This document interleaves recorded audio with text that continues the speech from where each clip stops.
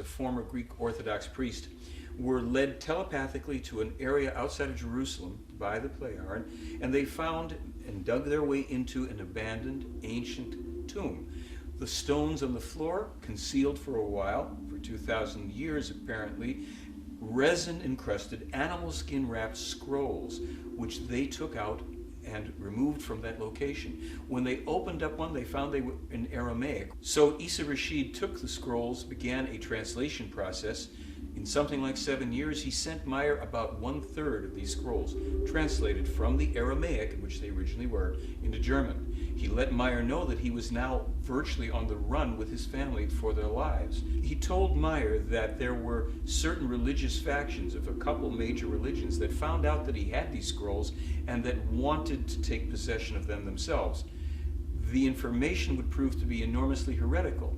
After Isha Rashid had translated a chunk of them, he took them and his family into a refugee village in Lebanon, hid the scrolls in the walls. It's said that within about a week's time, the Israelis came in and destroyed the entire village. The scrolls were destroyed, along with many of the structures and people who lost their lives. Isha Rashid and his family escaped with their lives into Iraq, and 4 years later, Meier found out that Isha Rashid and his entire family had been machine gunned to death, ostensibly by the Mossad in Baghdad.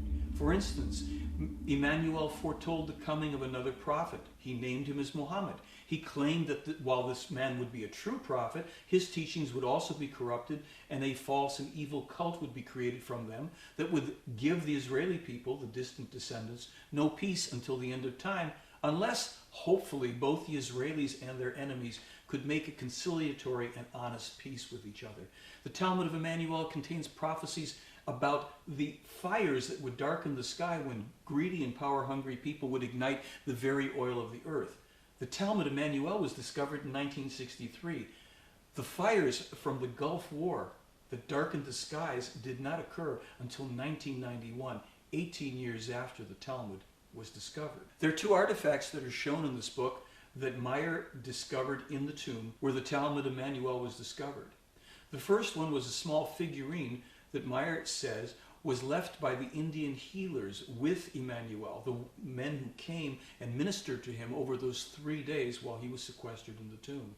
The other artifact is a piece of gypsum that Gabriel allegedly gave to Jmmanuel.